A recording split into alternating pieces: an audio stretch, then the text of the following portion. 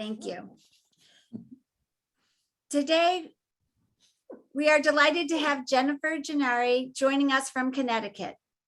Jennifer is a classically trained artist. She graduated in 2005 from Ringling College of Art and Design, and in 2008 left for Italy to study at the Florence Academy of Art, where she spent 3 years abroad studying classical realism under Daniel Graves. Jennifer has been painting animals since 2014 and is driven by a deeply rooted passion to elevate and legitimize the life we have with them. Jennifer is one of the first contemporary artists to focus entirely on animal painting and the first to spotlight the Alla Prima method centered on capturing animals with the life, drama, and integrity of a traditional human portrait. Jennifer has also written a book on drawing the human figure, has hosted an online class through Craftsy that instructs beginners on the techniques used in creating a traditional portrait in charcoal, and is presently teaching animal portraiture through the online platform Drawing America. Her work has been used in television shows and movies and has received multiple awards and honors. Welcome, Jennifer. Thank you. All right, do you want me to dive right in? Yes, please. All right, cool. Okay, so I'm gonna just, maybe I'll say a few things, but let me go ahead and just do this screen share so we have something to look at while I'm talking. Okay, so one sec. Back to the top here. All right.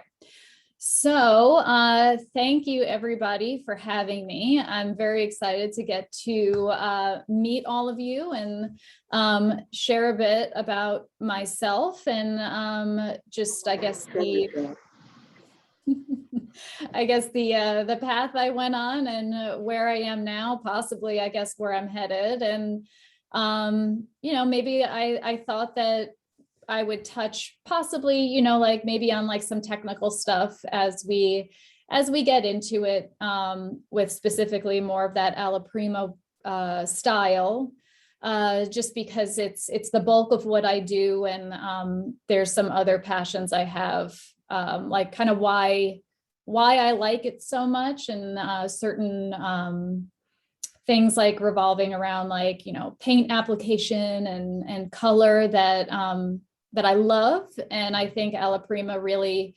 you know, allows you to play with while you're working.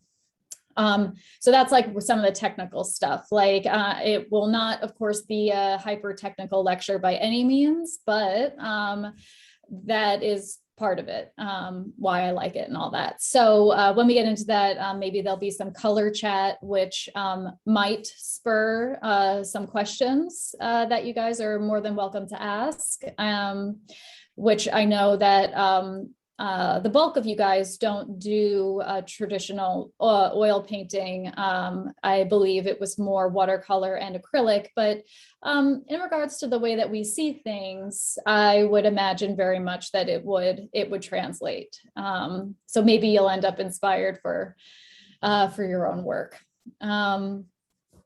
So we may as well begin. This image here I have up is one of my earliest paintings that I had done shortly after leaving Florence Academy. So the way that it went with me was I had always done art my whole life, like drawing. I was a kid who would draw, which I guess is not particularly unusual, but I really stuck with it. And I had very supportive parents who, I mean, I've referenced this before, and it stuck with me, I guess, just because it was a fun thing that my mother had said, and then remembering it later in life is like a weird thing she said, where I had been very excited to see The Little Mermaid. It came out when I was like 4 or something, and I really wanted to see it. And I got so excited, and I didn't understand the concept of waiting. Like I saw the commercial for it, so I assumed it was out, and I was like, we have to go and see it. We have to go see it. And I don't know how. she she said, okay, well, we can't go. It's not out yet, but we'll go. But in the meantime, if you're this excited, you can draw the characters and you can like see them now or whatever. And that's like why I think it was such a weird thing to say. Like, I don't know if I would have thought to tell my kid that just casually, like, just go and draw them. You could see them now. I don't know. I thought it was wonderful and odd. So I did that. And that really literally from that point got me drawing ever since. And fast forward many years, and it had continued to be my goal to work for Disney. So I was really into characters and illustration, and whipped up where Disney took its people from. And that was Ringling College. So that's how I got to Ringling College. While I was there, I decided I didn't want to work for Disney anymore, just because I was really enjoying it, but it was just like, it didn't feel like what I was naturally meant to do. It was something that I really appreciated and loved. But every time I would do my own illustration, like for projects at school or whatever, it ended up being done in oil. So graduated from college, I ended up working for Hallmark Cards for a handful of years. And that company is fantastic. They're filled with really great people. Everybody is provided with like top of the line stuff for being able to work. And it was great, but like, it was, again, similar to like how I was at college and then had this feeling like I wasn't supposed to work for Disney anymore. I was shown my desk at Hallmark, which was this fantastic desk around fantastic people with incredible equipment. And I just didn't want it. It was like day one, I knew I didn't want to work there. So I'd go home and I'd paint, and I wasn't very good at it because that was the thing. It's like, I felt very inclined to paint, but I wasn't good at it. But somehow it felt like this thing I was supposed to be doing. So I would go home every day and work like it was my job. I don't know why I did this, but I felt like it was what I really wanted to do. So I had some friends who were attending Florence Academy, and they were like, well, you got to come, you got to come. So I went. So I quit my job and put everything in a storage unit, and I went to Florence. And that was how I learned how to do work like this. They put you through a pretty strict program of drawing and eventually, of course, like painting. But when you would do that, it was always just like studying ahead, doing figure painting. The paintings were not particularly colorful either, which was, I'll say now, something that really stuck with me because I was never really taught color in college. And then Florence Academy doesn't teach you color either. They do a lot with drawing and value, but not so much with color. And I never would have thought anything of it. But until I started painting, like by the time you get into a full palette where they ask you to fully paint the figure, I did it. And one of my teachers came up to me and was like, legitimately asked me if I was colorblind because I wasn't seeing the colors well. And looking back on that, it's particularly funny because they weren't teaching us color. So no wonder I wasn't seeing it properly, but I guess I was exceptionally bad at it. I don't know.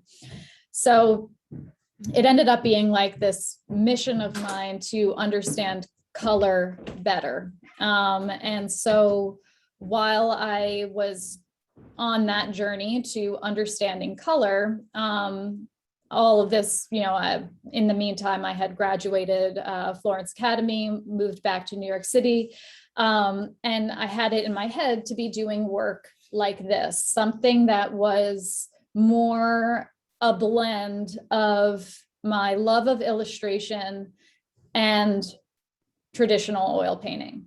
And I was also very new to all of this. I was an illustrator at heart. I didn't have like a background history and passion for traditional oil painting like many of the people who went to Florence Academy.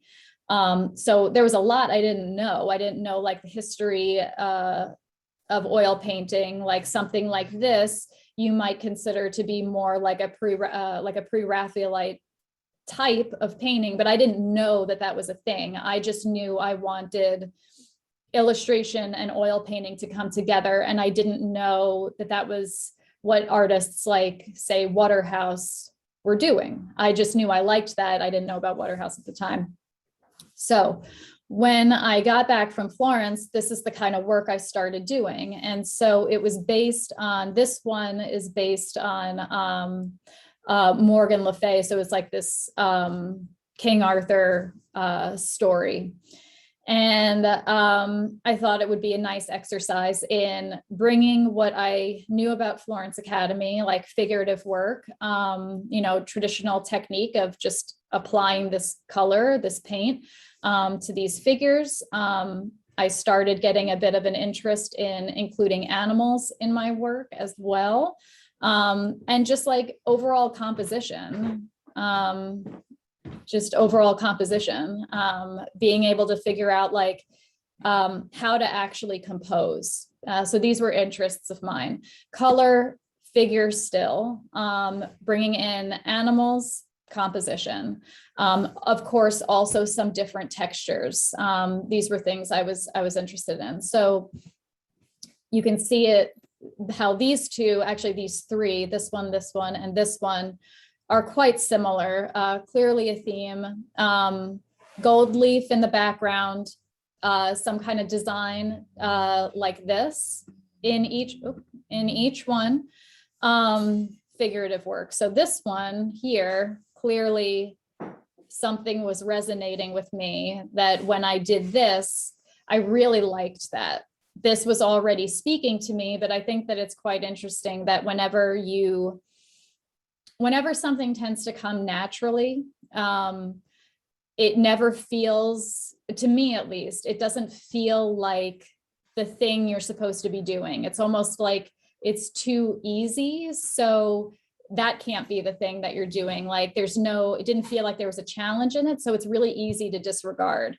I just sort of liked this and thought it was a nice element of the painting, but it wasn't necessarily something I thought really twice about. But clearly that's not 100% true, because I got into this and was like, once again, had a lot of pleasure painting this part of the painting. Again, it was an idea of composing, texture, figure work, and of course, these three guys down here. They were like the star of the piece to me. I really liked working on those guys. So it was like the wheels were starting to turn of like, oh, maybe doing something with animals would be kind of fun for me.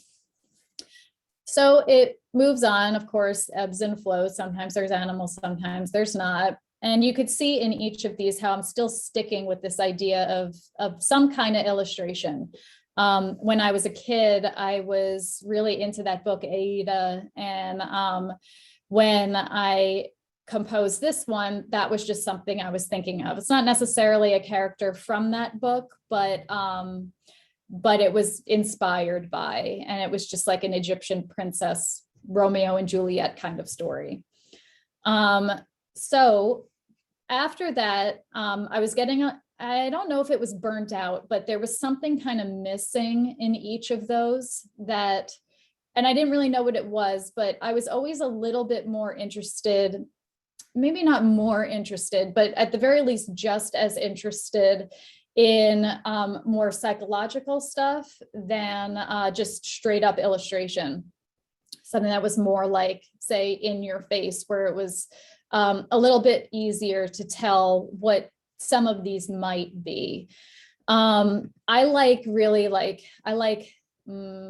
covert, like secret kind of stories that it's like, think a little bit about it and the idea might come, or you'll never figure it out, but it's still kind of a nice image. Like I like sort of like hidden like Easter eggs in pieces. So this came about. This one's one of my favorites, actually. I still have this in my house. I have no intention of selling it. And if I ever put it up for sale, which I don't anymore, I put it at such a high price point, it's basically never going to sell because I really don't want to. This is a personal favorite of mine. And with things like this that are significantly more involved, it might seem weird to see this, which feels so much more simple, and wonder why this would resonate.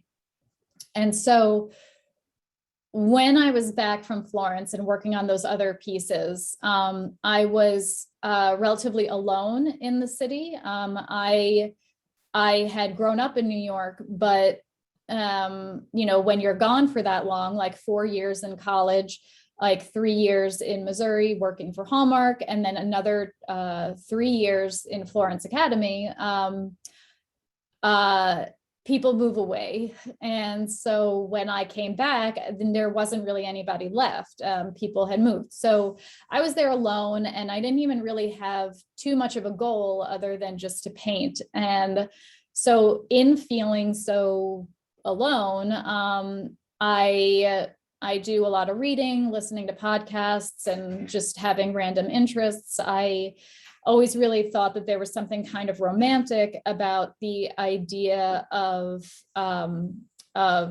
like echolocation, like sonar. So the way that works is, it's just like, to say it simply and quickly, it's a pulse goes out and you wait for an echo to return, and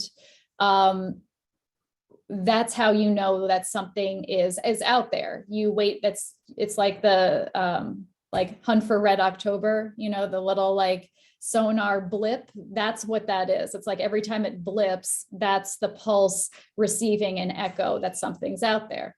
So this was a friend of mine, or a new friend of mine who I had asked to pose for me. And that was the concept. It was being very alone in a void and sending out pulses to see who was there.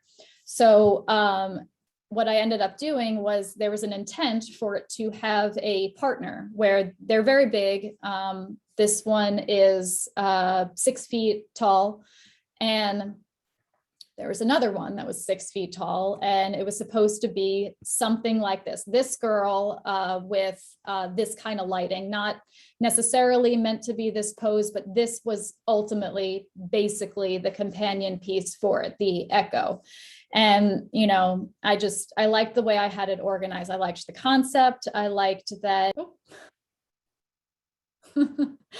I liked that it was 2 completely separate paintings. So divided by the individual canvas, divided by the frame, that they're both out there, but don't know the other one is there, with the exception of this little blip on a screen. So this painting still exists. Somebody has purchased this one, but I don't have this one anymore. This one I don't have the companion piece anymore, the official companion piece, because hilariously, or maybe not so hilariously, I ended up having a minor studio fire, which destroyed the companion piece to this one.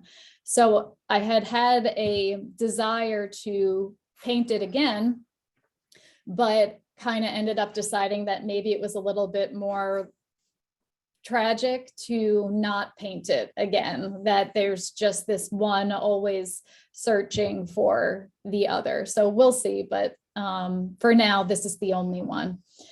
From there, it started evolving, and also, I guess, in a way, like reverting back to what I was doing at Florence Academy.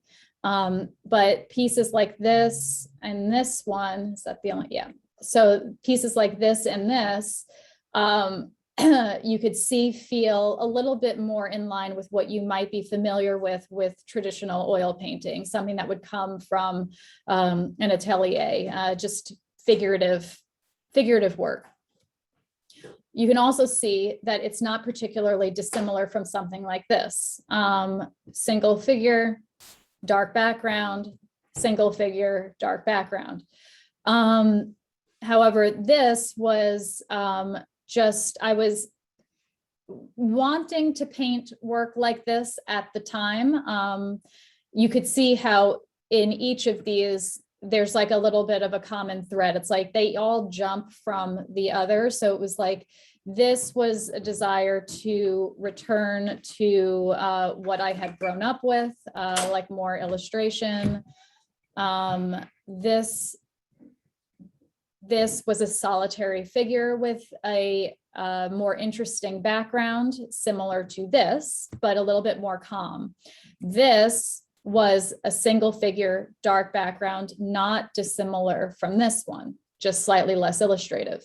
Then we get into this, which is once again now a single figure against a dark background. So I don't seem to make very large leaps. I kind of like just understanding what I like from an old painting and bringing an element of that into the next painting.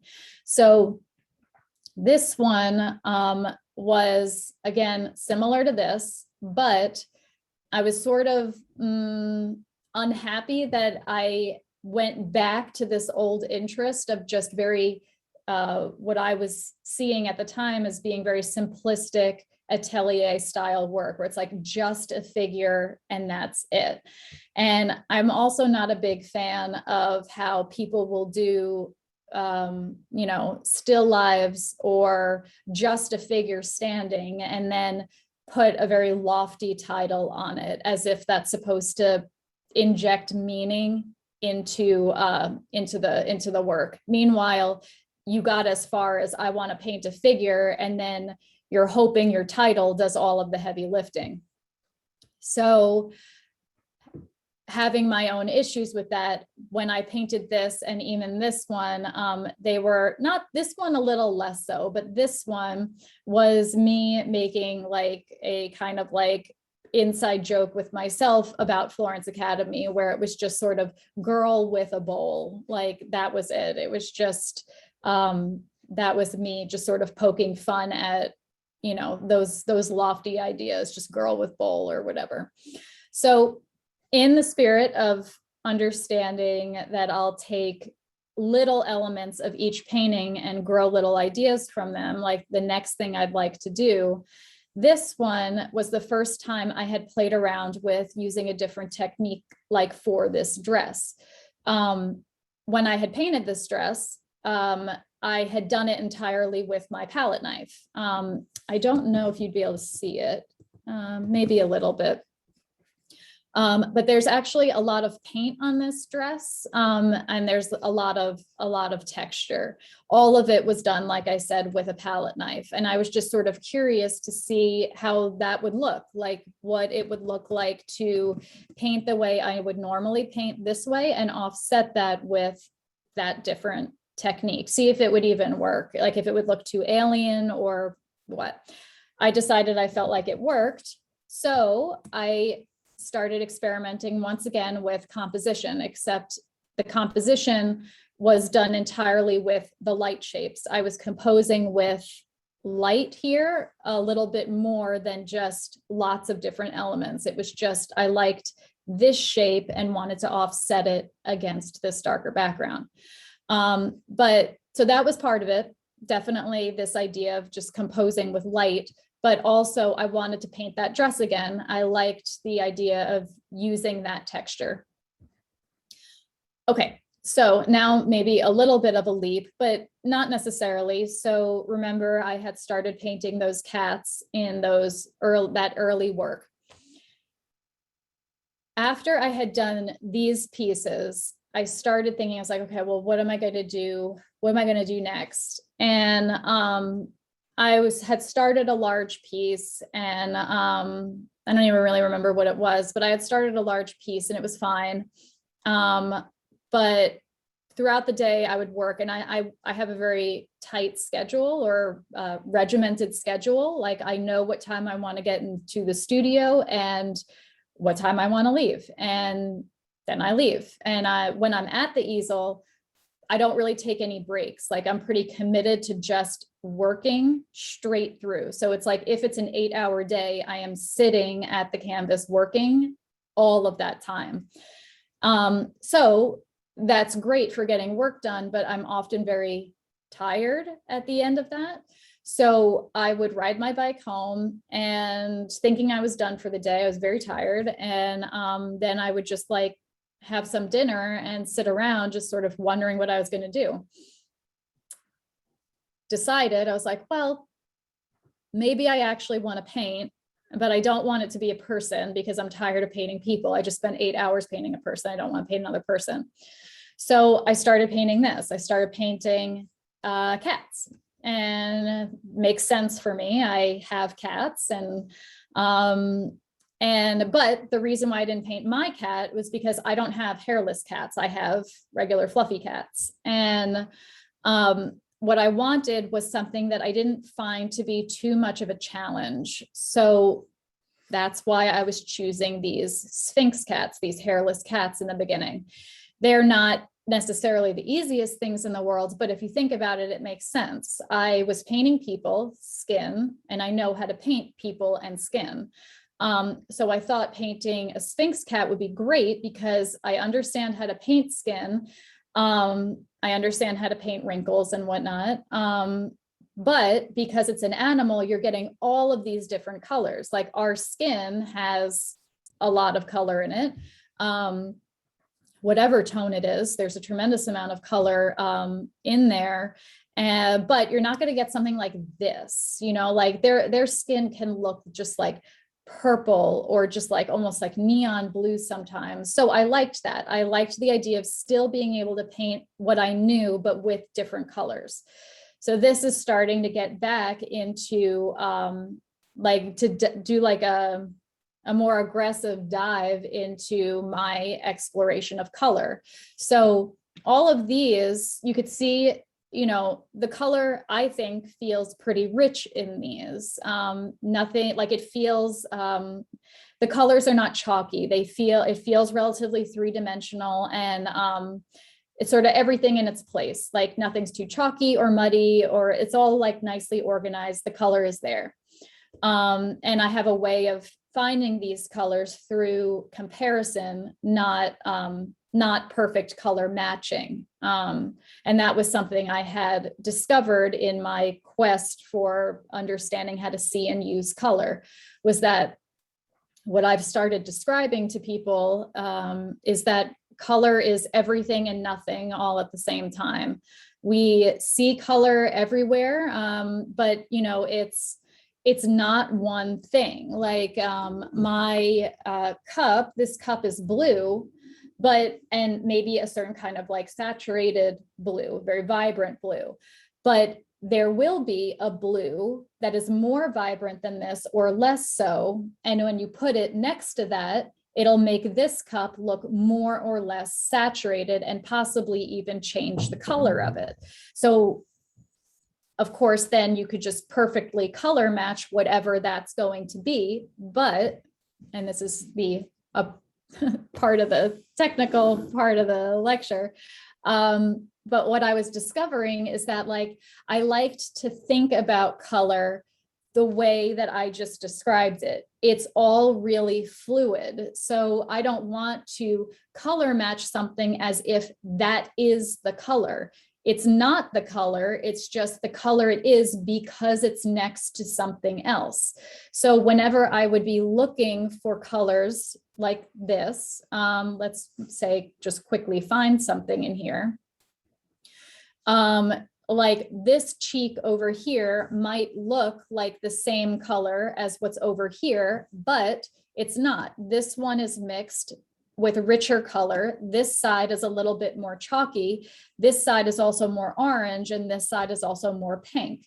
And it's all just from comparing. I would bounce my eyes around everything, just really making quick and hopefully accurate comparisons. Like even how you see that there's like a pink down here in the chin, this one is significantly more orange than the other two. So I was playing with color, but you could see that how since this image is overwhelmingly warm, it's a little bit difficult to really explore it because it has to still be so warm based on this reference. So when I got down into stuff like this, there was a lot more to play with where I could really be doing comparing and painting and all that. So I started getting into it. You could see like this shot of blue down here was really fun, and how by the time that blue went in, I could like start experimenting with all of these like pinks and purples, that like emerald green that's in the ear. Again, relatively tame. I'm not the most colorful painter of all time. I'm still relatively subdued, but even though it's subdued, I'm finding a lot of color in the pieces I'm creating. So when I decided to do this, I started realizing that it was very fun. And I continued doing it for fun. Every piece was just done for fun. And I would post it on Instagram with some insecurity. I didn't know what I was doing. I mean, nobody was painting animals really at the time. And it almost felt like, well, I don't know what it felt like, but especially going through Florence Academy, like people would really downplay animal painting. For some reason, it was not a thing to pay much attention to, which I think is hilarious, that you'll really elevate a cup, but not an animal, an inanimate object versus a living thing. A cat is not worth as much as a bowl of onions or cherries, apparently. So going to Florence Academy and knowing what people felt about this at the time, it felt weird. So I was like a little embarrassed to post it. I was embarrassed that it was a growing interest of mine. But I liked it. I mean, this cat is another hairless cat, significantly more color than this one. So once again, exploring painting skin, and these were my first real attempts at Alla Prima as well. Each one of these was probably about 3 hours. That tends to be about how much time I'll spend on an Alla Prima. I didn't necessarily intend on giving myself a time limit or anything like that. And I guess I still don't. It's just that kind of works out to be how long I spend on them. But with the primary focus of this color exploration, where are the warm areas versus the cool ones? And, what color is this pink versus this pink? How are you going to see that stuff? How are you going to apply it, and will it be successful? These were really fun things to explore. So I was getting like a real second wind after I would come home. And before I knew it, I mean, this was like just the real passion. I really loved this. I liked the immediacy of it. I liked how I was able to challenge myself, how I was able to understand everything I had learned from Florence Academy of how to create atmosphere in a piece, keep your shadows thin and your light areas thick, so that way you can feel the light and pass through the shadows.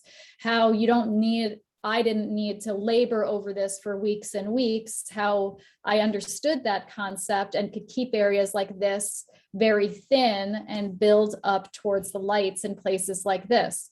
How quickly could I create this atmosphere, use the paint, find the colors, get the values correct, finding surprise blues here, like the blue up here in the ear, like what can you do in a limited amount of time? I liked the challenge of it. I liked the different subject of it being not being a person. Everything about it was like, by the time I got to around this one was when I was like, yeah, I definitely want to keep doing this. Love it. So it was also around this time. And of course, these are highlights, like I had done many in between, but it was somewhere around this time that more people were noticing what I was doing and were asking for larger, more substantial paintings, because these were small. These were just like 12 by 12s. So I got into stuff like this. So this one was much bigger. This one I think was 36 it's not quite a square. It's, for some reason, I didn't make it a square. It's like, it was like 34 by 36 or something. I don't know. It was not a perfect square, but anyway, something like that, 36 at its longest side. And so this was the first time that I had really gone back to a more Florence Academy method while putting into play everything that I had been learning from doing these Alla Primas: freshness of color, understanding value, old things like from my original work with composition. So it's like, it's all starting to come together of like a little bit of storytelling here, you know, like where is this guy and whatever, like not too much of a story here, but you know, there's a little bit more of a narrative in this one. Elements of color that I'm learning from Alla Prima, paint technique, all lumped into or tied up in the techniques that I was had learned from Florence Academy, which were an ability to draw and see values properly. And like I had said with this guy, understanding how to move things back in space and bring things forward in terms of actual just paint application. After this, I was getting more. Here's another one, this greyhound. I was asked to paint this. Actually, I think somebody in Connecticut bought this. I was living in New York at the time, so I don't remember where I shipped it, but I think somebody in Connecticut has this guy now. But this one was really fun because this was also, just like this one, a larger piece. So worlds meeting in terms of all the stuff that I was learning. But this one also tied in another piece where you could see there's a lot of texture in this one. So what I had done here was I put a texture into my ground. So it was similar to my dress that I had painted. How I had done that with the palette knife, I knew I liked this idea of working with texture. So when I did this one, I thought, well, what if I just texturize the surface? So I did that and then just sort of painted on top of it. It was really simple, but it was just sort of like a, what would happen if I played with texture here? And this was the result, which I am quite happy with the way it turned out. The texture was not particularly overwhelming, but you got some nice little things like this area I like quite a bit. And all of this as well, just these weird little like divots and stuff like in the canvas that just happened randomly that I thought just added a nice little element to the piece. After that, of course, in between all these bigger pieces, I was still doing smaller Alla Prima work, which was starting to become basically the career I have now, which is I do a ton of commission work, all of which came through posting on social media. My account grew completely organically over time, and I would just post these types. People would then inquire for bigger pieces. And in the meantime, I would continue doing these smaller ones. And at this point, I'm painting at least one Alla Prima a day, like one commission a day for people. And I love them. I mean, or rather, I love doing them. I love doing them. I felt very fulfilled and happy when I had identified what I liked painting in all of my work, like the early ones, like how I liked the animal sections of the paintings best. Kind of trying to start embracing that, or rather inadvertently embracing that. And then ultimately being able to paint in larger form like this and bring other elements together, right? Like all that Florence Academy stuff, the illustration stuff, Alla Prima work, all coming together. And I was just feeling really happy about all of that. I still feel really happy about that. And when it just seemed like it was going to continue moving, I fully embraced it, and I'm happy to do it. You know, it takes up a ton of my time. And, you know, sometimes people will ask often, but even myself personally, I'll feel you know, you question it sometimes when it is eating up so much time, where it's like, well, I don't have a lot of time for my personal work anymore. And I think that's very natural, to want to acknowledge that and try to find the time for your own work. But even when I feel that way, I will still have commissions like this I need to do. And I do them, and I'm happy to. Like, the animals are precious. I mean, I'm a huge animal lover. And so people will email me at this point, will you paint my animal? It's like, yeah, of course, I'm never going to turn it away. But also it's like, even if I'm tired or in a mood or whatever, you get a picture sent to you that looks like this. It's just like, I mean, how are you not going to be happy to do it? I like the images. I like getting to paint them, and I am thrilled with like the response it gets. Like, I'll get these beautiful emails from people and talking about if the animal passed away, and you know, how they're crying when they got the image and they're so happy to have it, and it's like they're back in the house or whatever. Like, just, you know, really heartfelt emails come my way, and it's extremely fulfilling. So I love it. So it continues. Let's see here, actually. So these here are some of my favorites, and all Alla Prima. And you could see, you know, different things that I'm exploring, like cast shadows, cool shadows, warm light. Like, it's always an exploration of a certain level of composition and, of course, color. Same thing here. Not too much in here. I mean, I like this image a lot. I like the colors. Excuse me. I like the colors. I like the technique I used on it. I like these little surprise bits of color that I can find. Well,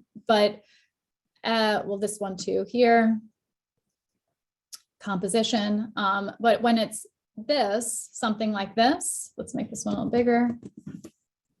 And this should feel to you maybe similar, once again, to the Greyhound or the dress that I had painted. Like, I have a continued interest in texture. I like being able to use it and balance it with other techniques like this, which would be a traditional Alla Prima of just thin shadows, thick lights, and just using a brush to apply that paint. Exploring color, you know, green here, purple here, pink nose, all of this stuff. But then checking out the background, maybe it would be fun to use a palette knife back there. So this was where I started. I don't do it in all of them now, but a lot of the times lately, when I'm putting my backgrounds in, I'll use my palette knife to play around with some texture. So that's a new way that things might be evolving for me, or not. I don't really like to set those kinds of goals. I like to just see what's going to happen, but it's an interest. And this one was not done with palette knife, but I did make an effort to really apply significantly thicker paint in the face here. And you could see that it's just a little bit different. It's just a little bit of a different technique. I was using smaller brush strokes, really trying to go for it with texture. Whereas something like this is still strong, but noticeably more smooth, I think that you can see. Then I thought it would be kind of fun to run through these images very quickly, just tell a story here. When I was exploring all of this stuff, just painting commissions, painting things for myself, these smaller Alla Primas, these were no different. These are also Alla Primas. But I had decided to just randomly get back into something that was significantly more illustrative. Just on a whim, I had painted this cat on these lily pads, and that was the only one that I did. And I ended up feeling really inspired by it. I really liked it. And I thought, well, maybe I'll do another one with this kitten. It's kind of cute. So after I had started having those thoughts, by the time I got to this second painting, I decided I was going to do a little story. And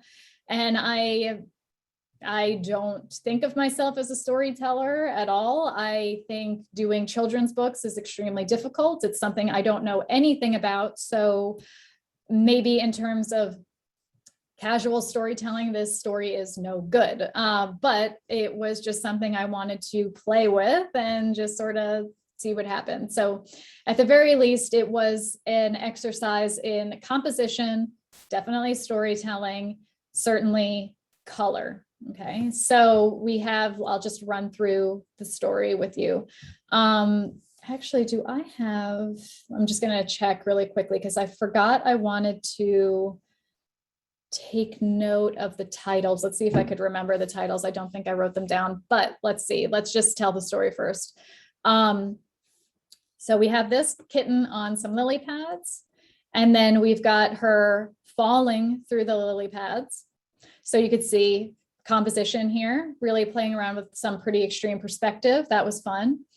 Falling again. So by the time I got to this one, it was more like I always had this idea in my head that maybe we're going to explore using color to convey different feelings, where you could see here, this pretty average day, right? Just pretty sunny and nice, probably pretty calm outside.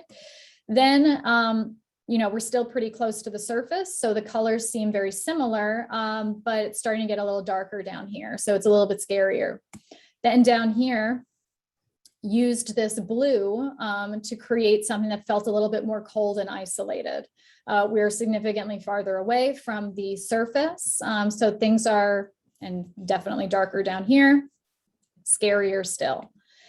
Then all of a sudden she gets to the bottom, and I'm using these colors to convey, of course, water. But this is feeling a little bit similar to this, right? Like cooler because we're at the bottom of the lake, but also warmer colors down here. Also lots of additional life. She's not alone down there, and everything seems pretty friendly down here too. So the colors are a little bit more pleasing. Then she keeps walking, and when she's walking, ended up getting away from the school of fish and everything. So she's a little bit more alone. Decided once again to play around with color, closer crops of things, so that things started feeling a little bit more closed in. Then she reaches a point and she starts hearing something, and this is where she's like, I'm thinking hopeful, but that's not the right word. Like, just, she's curious. It's like all of a sudden it's like, wait, what's going on back here? Like, not getting too lost in her own little world down there, where it's like she was scared, found something interesting, then got a little scared again, but was going to continue to explore. So it's this idea of just sort of getting lost inside your own head. Like, that's like, sometimes it's interesting, sometimes it's scary, but you can really lose track of things when you're in there too long. So there was a bit of a calling here. And so she hears something and decides to explore and go back up to the surface. So you could see here, the whole series is quite a bit illustrative, but this one has a lot more of like a Maxfield Parrish kind of vibe to it. He was an illustrator and used pretty vibrant colors like this, specifically blues and golds like this. But you can see that it's like this cold to some extent, but a little hopeful, right? Because the light that's up here. Then returning to the surface, the ability to explore, things are a little bit more exciting again. So getting closer to the surface, feeling a little energized again, using more vibrant colors to express that, a little bit more hopeful, a little bit more energetic. Then we get up to the surface. So we're returning to a little bit more of a obvious color scheme, back to the surface, more natural colors, like real world stuff. nothing too imaginative here. So here she is returning to the surface, finding out that what she heard was her mom calling her. After that, she starts walking home with her mom. And you could see that I wanted it to seem a little bit boring, but she's also maybe like a little bigger than she was before. But even though she's now back at the surface living a normal life, I wanted to show still a little bit of magic around her. So that was why I put in these little fireflies. Walking home at dusk, fireflies are naturally pretty cool, little magical. So even though she's back there, there's still that element of wonder around. And then at the end, that's her mom kind of already went over the other side.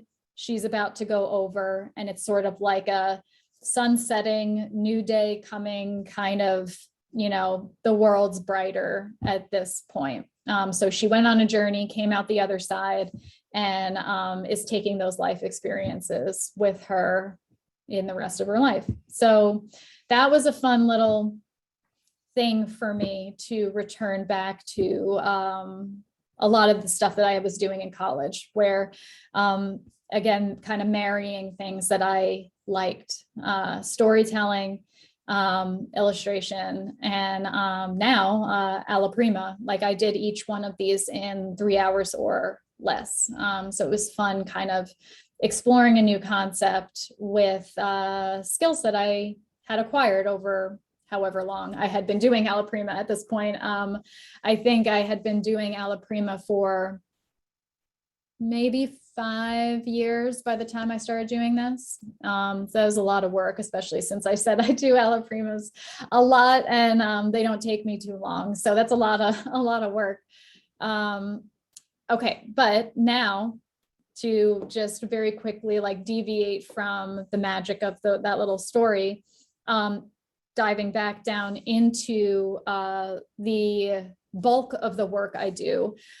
Shortly after that, I had done this Alla Prima, and I once again was a little interested in challenging myself. So I thought like, well, maybe I'll just do many animals, not just one. And I liked the exercise of that, because you paint the same way, but when you have to paint many things, it sort of abstracts them in my mind, where it's not pig 1, 2, 3, whatever, and then you paint them and that's it. You still have to paint the entire canvas at the same time. So they turn a little bit more into abstract shapes of just light and shadow. And so I think about it like that to keep the paint strokes nice and fresh and things feeling very interconnected, like lost and found edges, how the shadow color of this and value really bleeds into this one here. So that's that idea of like a lost edge here. Even these values here are very similar. A lot is just sort of really simplified and again, abstracted down here. Really interesting exercise to figure out how to paint all of that at the same time. But after I had done that, I got a great response to it, and I was asked to paint it again, but paint it big. So you can see some differences. This one is small. This was only 9 by 12. So a little bit sketchier here. Lots of life to the strokes. Nice exploration of color, all the stuff that the Alla Prima will give you. But how do you translate that when somebody says, I want that painting, but I want it to be 6 feet big? So this one turned out to be 6 feet.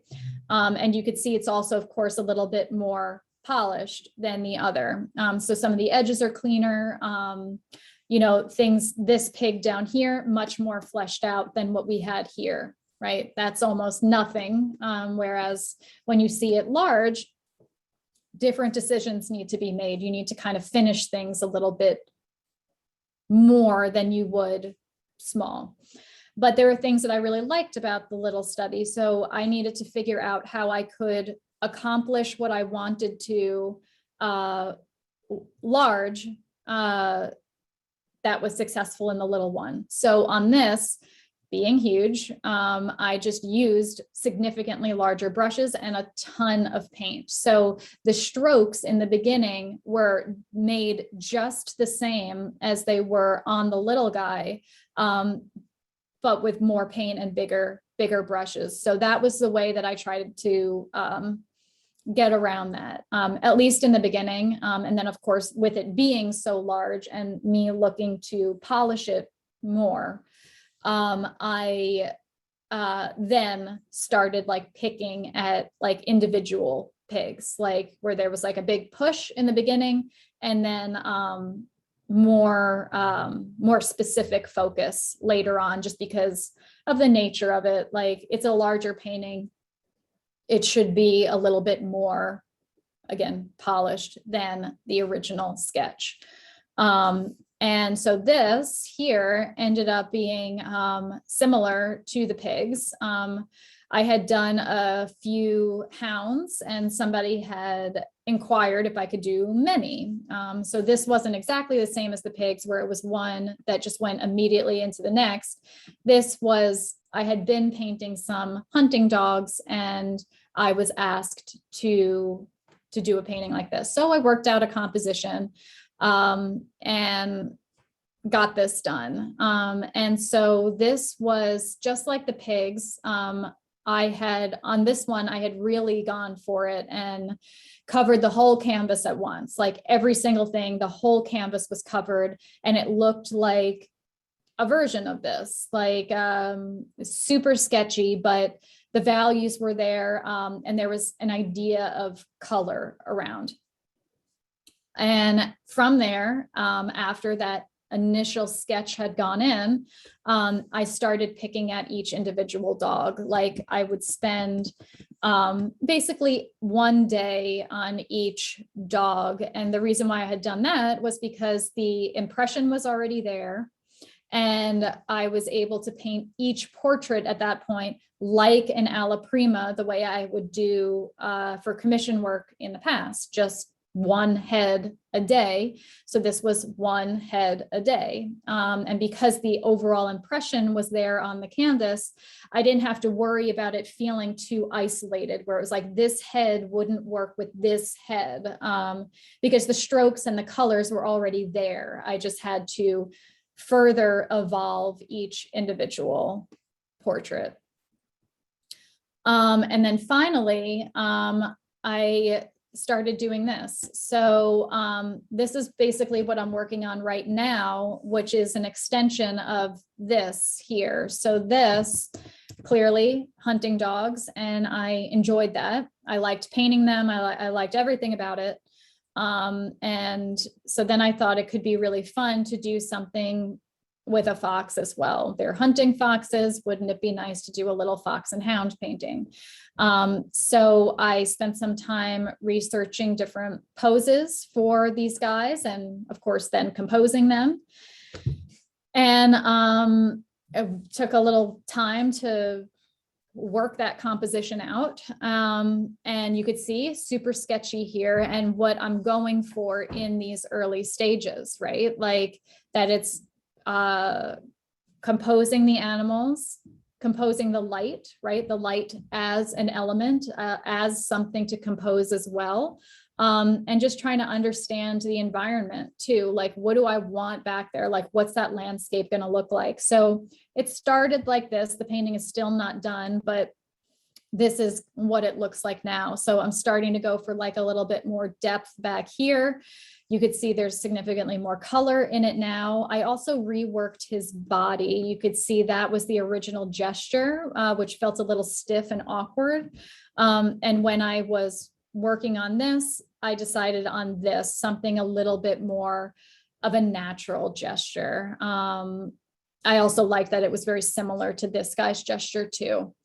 Little bit more of an indication of a path here as well. So all of this is in the middle of being worked out, but it's just the most recent thing that I thought would be a fun thing to end on, just so you could see kind of what's next for me. And it seems like I'm really starting to lean heavier towards this idea of a narrative, not necessarily something super cheerful and nice like this all the time, but like even this or this, these are a little bit more narrative. You think about things a little bit more when you look at this or this, certainly this, then of course these guys here, that Lily Kitten story, then maybe just this.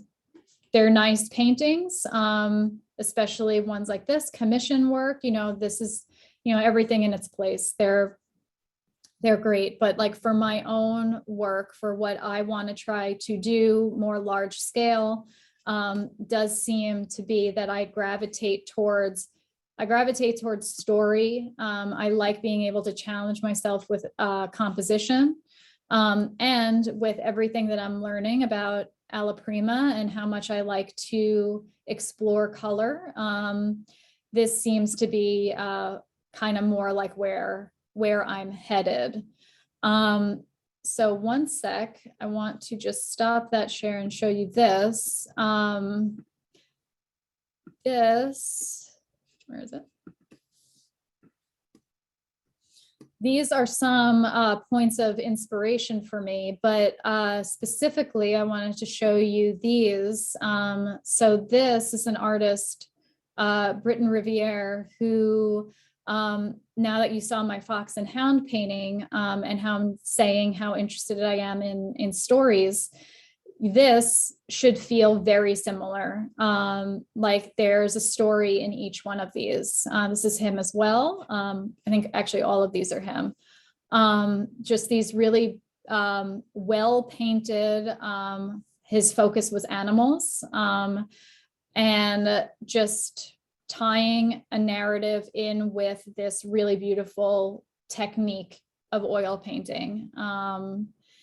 So this is hopefully where I'm headed. This is a goal of mine, but I do struggle with time, like finding time for myself.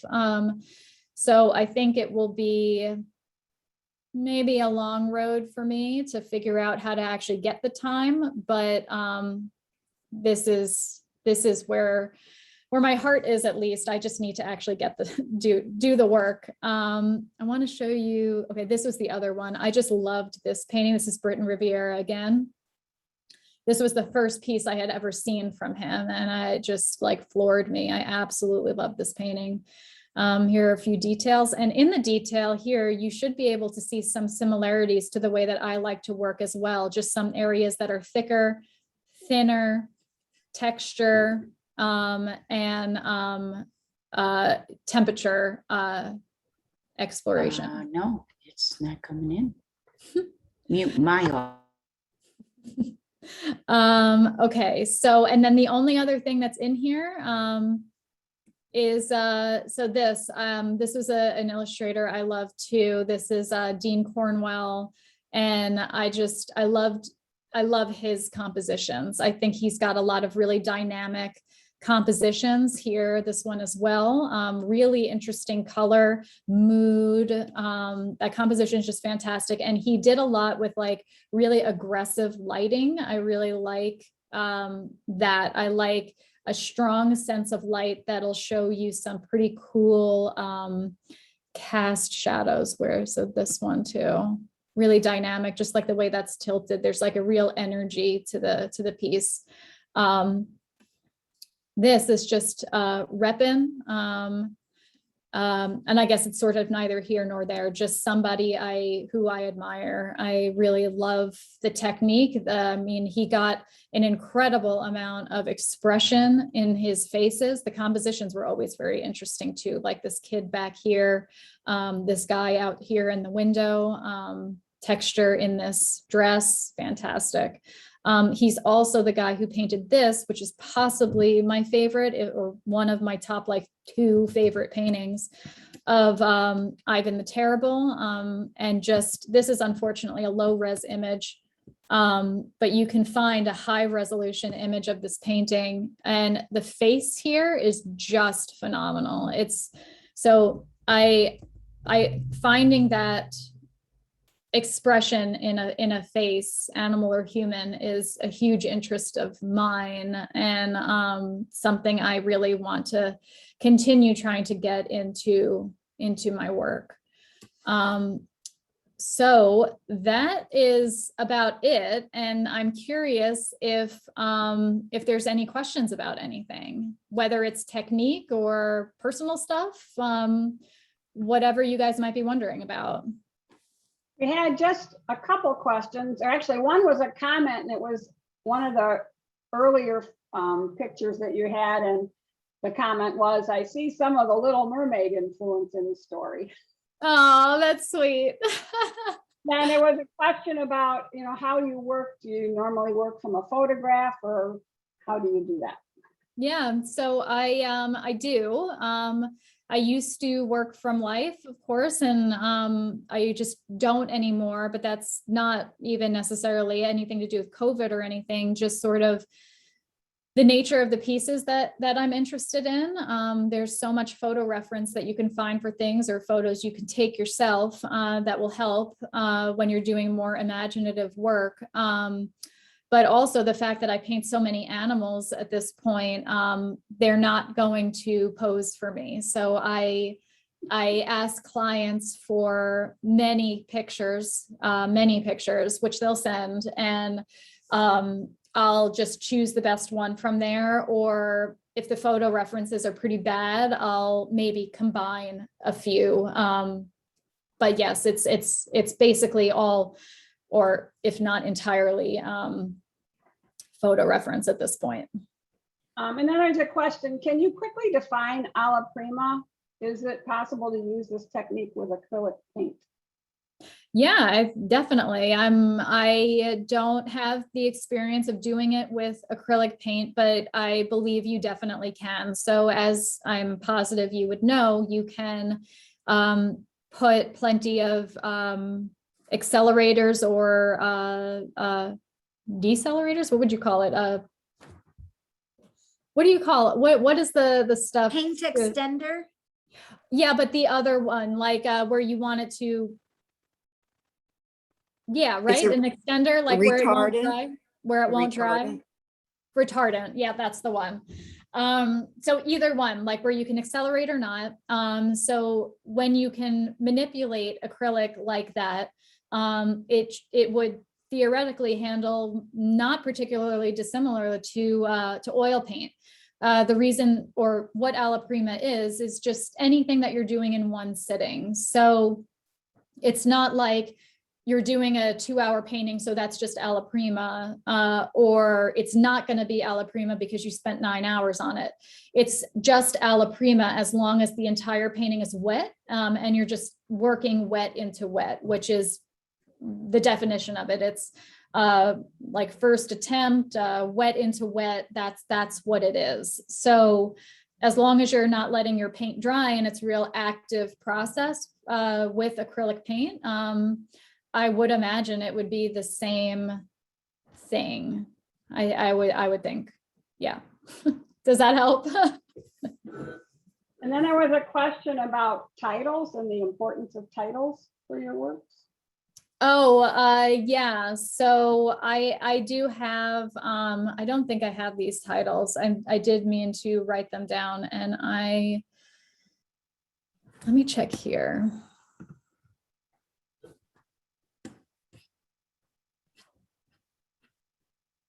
Because it would be really fun if I found them. And I know I wrote them down here somewhere. Hold on. Aha, I do have them. They're right here. Okay, so let me put this aside over here so I can actually read them. Yeah, so I don't like it when people pick titles that have nothing really to do with the piece. And like I had said before, like where the title is going to do all that heavy lifting for you.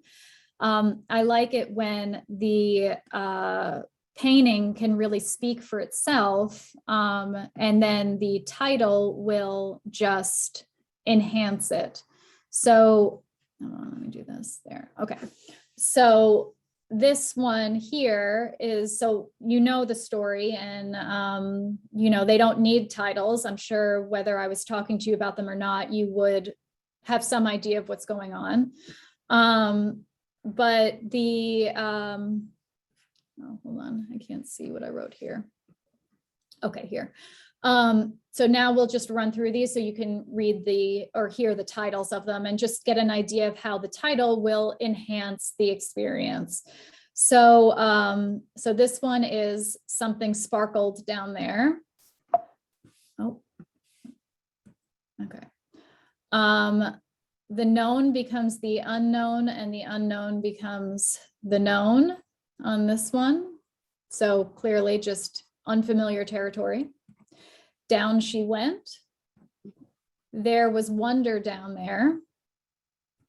A path shines bright. Through her wonder, a voice was heard. Follow the voice up towards the light. In all the mystery, something familiar. Brighter than ever, the fireflies shined. And finally, and the world got a little larger.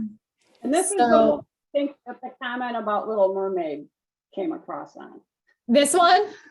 Oh, that's sweet. Yeah, I could see that, I guess. Like the colors and stuff, maybe the composition too, like kind of being in the water. So yeah, that's like how I like to use titles. I like them as just sort of like a little boost to the image, or if it's something a little bit more ambiguous, like my floating girl, if you say the title is Pulse, then it could be like, well, what does that mean? And maybe particularly curious people might try to look that up or whatever, but like they're just enhancements to the painting, not a gimmick, I guess you could say. Okay, and if anybody else has questions, you know, you're free not at this point if you want to unmute and ask it, or if you have any other questions you want to put in chat. Wait a second.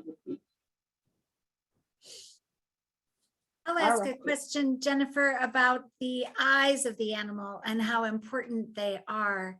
Mhm. Can you speak for a moment about that? Sure. I mean, I think that they're very important. They were always my favorite thing. When I was a kid, I was like hyper focused on eyes, and who knows, like maybe that's like where a lot of the life of my work comes from, is just this natural thing I've been like training myself for ever since I was a kid. I don't know, but I think that they're very important. You know, it's true what they say about there being all that life and emotion in eyes. But I think it's also, it's not just the eye itself, it's that full expression. So like when I'm painting the eyes, I'm also really painting around the eyes, like paying attention to the muscles and like that overall structure. It's not just that, it's not just the ball of the eye, it's all of the expression that's inside the face, that like just work together to get that that emotion in there. It's coming from everything, and highlighted the most through the eyes, but you can paint the best eye in the world, and if there's no structure around it, you're still going to miss it. So you kind of need all of it to work. You do such a fabulous job. The animals seem so alive and full of character. Oh, thank you. Thank you. Are there any other questions for Jennifer? I don't think so. Yeah. So we so much appreciate your time today and telling us your story. It's just amazing, your talent and your abilities and how articulate and expressive you are in sharing your artwork. And we thank you so much for joining us. Well, thank you so much. We got one more question. Oh, good. It said, I sense that you laugh a little about your training in Florence. So the question is why? Oh, well, I think kind of just like, because I don't love it when things are too serious. I think I am a serious person. I take what I do seriously. I have a tremendous amount of value in what I do and whatnot. So I am serious, but I don't love it when things are taken to extremes. And I think that like Florence Academy is a program not dissimilar from others who have a very strict way of viewing things and can get quite dogmatic about what they're doing. And I think it really closes people off from experiences, ways of thinking about things, just what you can expose yourself to. And like prime example is like, it was really looked down on, like, oh, you only paint animals or whatever. And I think that's a very limited perspective, an odd perspective, especially when if you just start looking at the rich history of animal painting. Like, I mean, there was pretty massive, big named people in groups who were painting animals throughout history, one of which was Rosa Bonheur, who was greatly admired, which was remarkable because she was a woman, number one. And number two, that people, other painters at the time would reference her with just as much esteem and regard as anybody else who was not painting animals. So there was this great appreciation for what her and the work she was doing that has somehow sort of like fallen away up until recently. And Florence Academy, of course, was no exception. Like they're very serious about what they do, and there's a big place for that. That's clearly where I learned what I learned. So there's not really much to take away from it, but it does make me laugh how closed off you can get by sticking too strictly to what they teach. And I think that it's something to be aware of and careful of, that like when you're learning something, that's great, but don't close yourself off from the other things people are learning who are not in that bubble with you. So that's just sort of why I laugh about it, especially when people would joke in Florence about, they would joke, but like, I guess not really. They would say things like a good painting is a brown painting. And it's just because they didn't do a lot with color.